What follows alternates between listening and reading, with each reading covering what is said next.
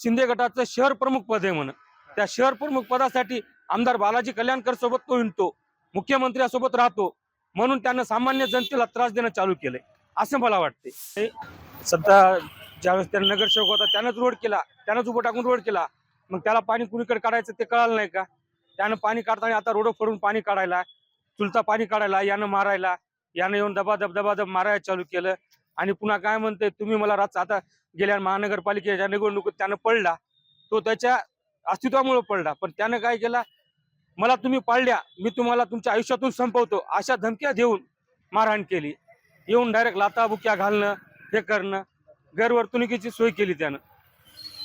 मी विरोधात कोणत्याही प्रकारचा प्रचार केला नाही, कोणत्याही प्रकारचा झेंडा घेऊन हिंडलो नाही, आणि मी म्हणलो नाही की बाबा याला मतदान करू नका। आता काही जण असतील त्याच्या कानावर काही गोष्टी आल्या असतील, कोणी सांगितलं असेल ते मला माहित नाही, पण याने एवढा राजकीय द्वेष ठेवून हे मारहाण करायची गरज नव्हती।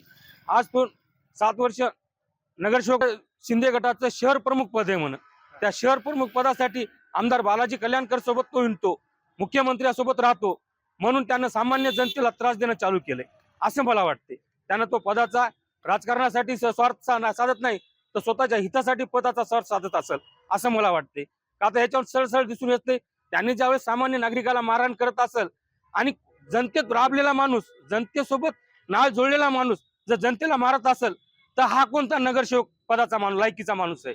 मला हे म्हणायचंय। आज माझ्यासारख्या विकलांग माणसावर जर गुन्हा दाखल करत असेल, माझ्यासारख्या विकलांग माणसावर जर असे त्यानं अन्याय करत असेल तर चांगल्या माणसासाठी किती दुर्दैवी गोष्ट आहे। त्याच्यासाठी काय मागणी काय?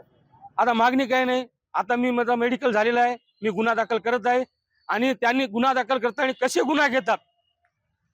गुन्हा दाखल करतात। मी मुख्यमंत्र्याचा माणूस आहे, आमदार बालाजी कल्याणकरचा माणूस आहे, म्हणून त्यांनी अशी भाषा केली। आणि बहुतेक माझ्या मते आला असेल, स्टेशनला फोन पण आला असेल, आमदार बालाजी कल्याणकरचा फोन आला असेल, येऊ जा काही हरकत नाही, पण अखिलला न्याय देणार डॉक्टर बाबासाहेब आंबेडकरांचा कायदा आहे, आणि डॉक्टर बाबासाहेब आंबेडकरांच्या कायद्यानुसारच चालतील। अधिकारी लाटला काही केलं तरी न्याय देतीलच।